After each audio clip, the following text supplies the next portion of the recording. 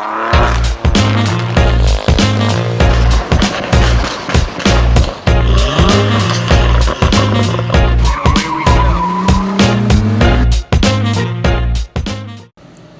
is up, YouTube?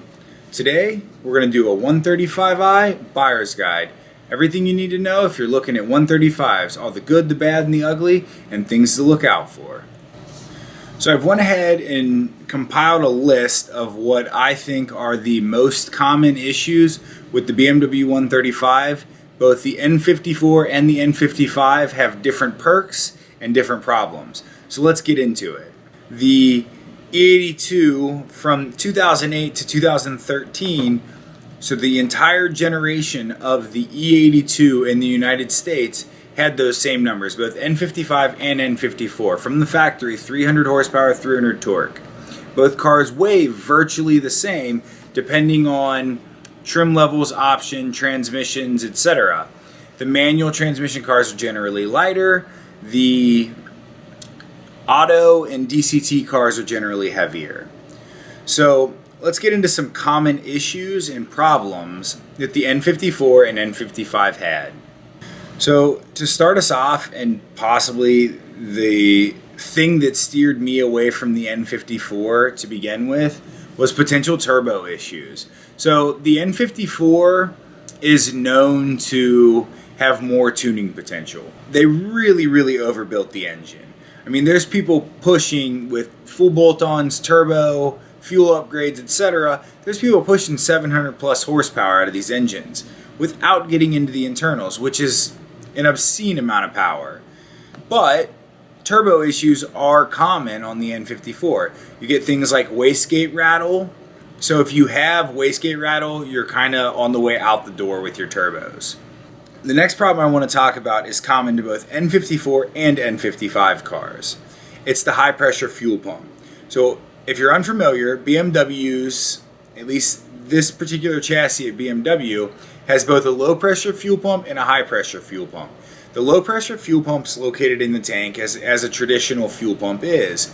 And what the traditional fuel pump does is it feeds fuel pressure to a mechanical pump driven off the engine. The failures often occur around 60,000 miles on the fuel pump. It's just a common thing. So if you're getting close to 60,000 miles, you might consider starting to look for the parts as preventative, so that if it does fail, you're good to go. But it's not a huge ordeal. The car generally will drop into limp mode, and you'll have fuel warnings, and it'll say engine malfunction, power reduced. The next one is an N54 specific problem, but I would say that it's something that would be wise to handle on both N54 and N55 cars, predominantly because both cars are direct injected. It's very common for these cars to have what's known as carbon buildup on your valves. And carbon buildup on your valves can cause your car to have a rough idle, surge, and just general problems. It's, again, a very cheap, easy repair. You can take it to most shops, and between $300 and $600, they'll do a walnut blast job. They basically pull your intake manifold off and blast it. It's like bead blasting, but they use walnut shell. Then they'll clean it out real good, put your intake manifold back on, and you should be good to go. It's one of those problems that is not a big deal, but if a car hasn't had walnut blasting, it's something I would definitely recommend doing. I think I didn't write down from my reading. I think it's like generally considered a good idea to walnut blast every 40,000 miles. Another common failure on both N54 and N55s is the oil filter housing gasket. So if you're unfamiliar, in the front of the N54 and N55, there's a triangular shaped block that your oil filter housing is mounted on, that mounts onto your engine. And it's common to find oil leaking in this area. So what happens is you'll get a slight drip from the bottom of the triangle where the oil filter housing gasket has started to fail. It's a relatively simple fix. FCP Euro sells a full gasket kit for $65.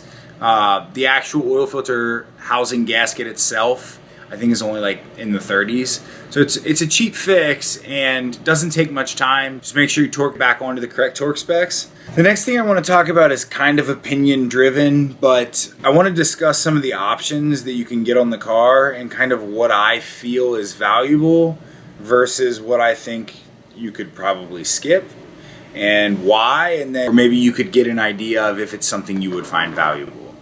So first, I want to just talk about the spec of my car and kind of what I looked for when I was buying it and why. And then we'll talk about some of the things I would, in hindsight, potentially skip. So my car is a 2011 BMW 135i with the M Sport package.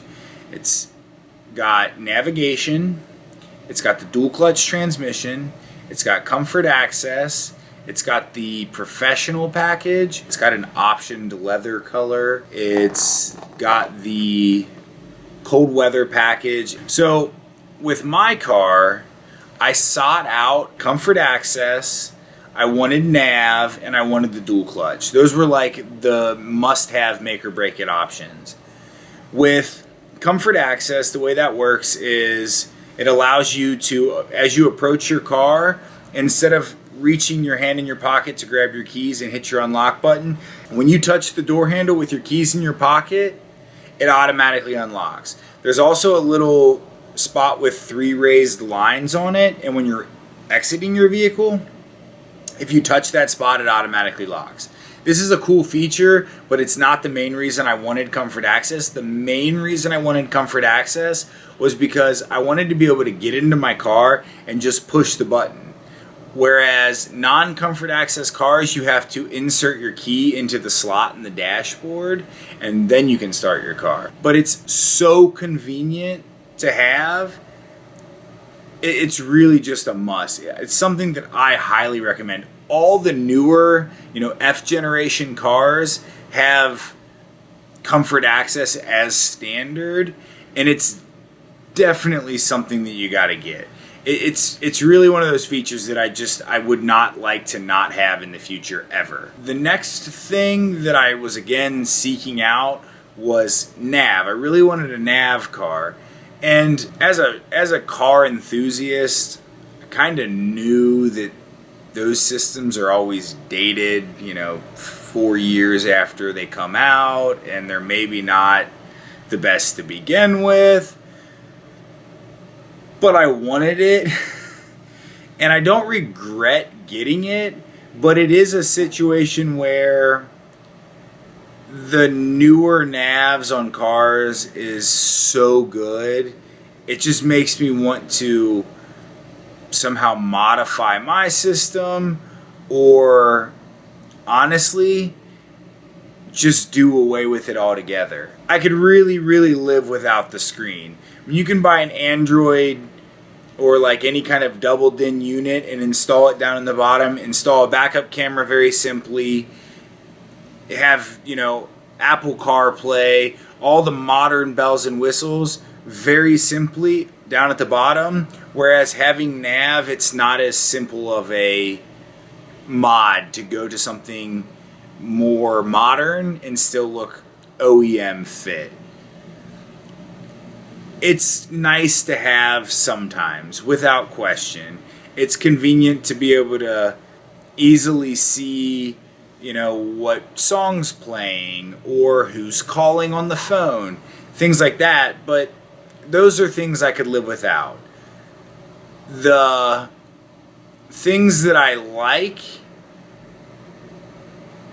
about it are less than the things that I don't like about it.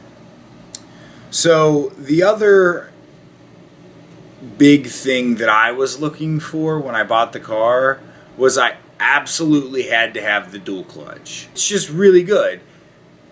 It's another one of those things that in hindsight, I would be more okay going either route. So the dual clutch is phenomenal. It's a better transmission. It's just good in every way. But a manual transmission car is maybe a little more fun to drive. I'm looking for something more simple with my next vehicle.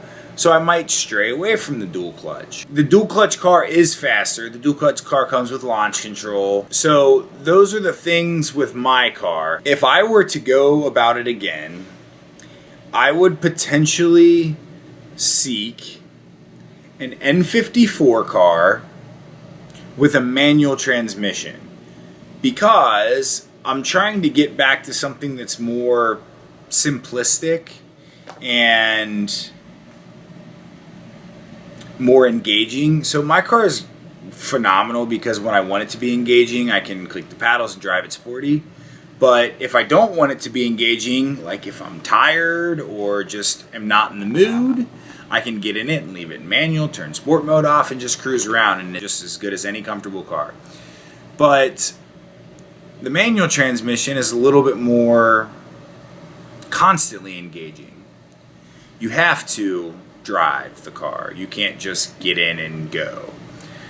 So I would probably seek out completely bare bones with comfort access. Now, I don't know if that's a realistic find. So I would probably, again, seek out an N54 car because of the significantly higher tuning potential and manual transmission, and still have something that is supercar level good. Obviously, you want to look for rust.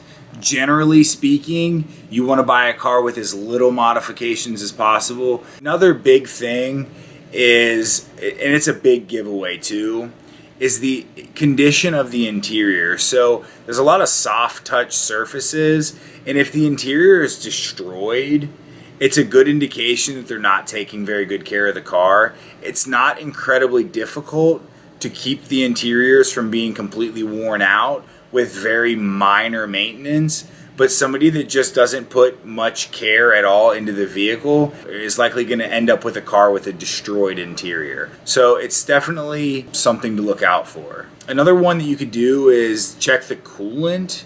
So if the car is not warm, of course, you can check the coolant. BMW's coolant is actually blue.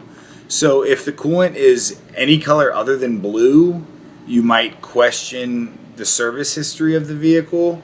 I think that about sums it up. I mean, in general, you can't go wrong. The cars are not incredibly expensive to maintain. Some of the fixes could be expensive, but if you're a competent mechanic, it's no different than working on anything else. You know, the simplest of cars, and with a little bit of Google, you can figure anything out on the cars. So I really like, this is my first German car, and I went into this very mixed bag on how I felt nerve-wise. But it has honestly been an extremely reliable car, and the few issues I have had were incredibly simple to fix. So I would never deter anyone away from buying a BMW, in this case 135, or potentially any of them. But it's there are things to look out for, just like any car. So guys, I hope you liked the content. If you'd like any more buyer guides like this, let me know. Don't forget to like, comment, and subscribe, and I'll catch you in the next one.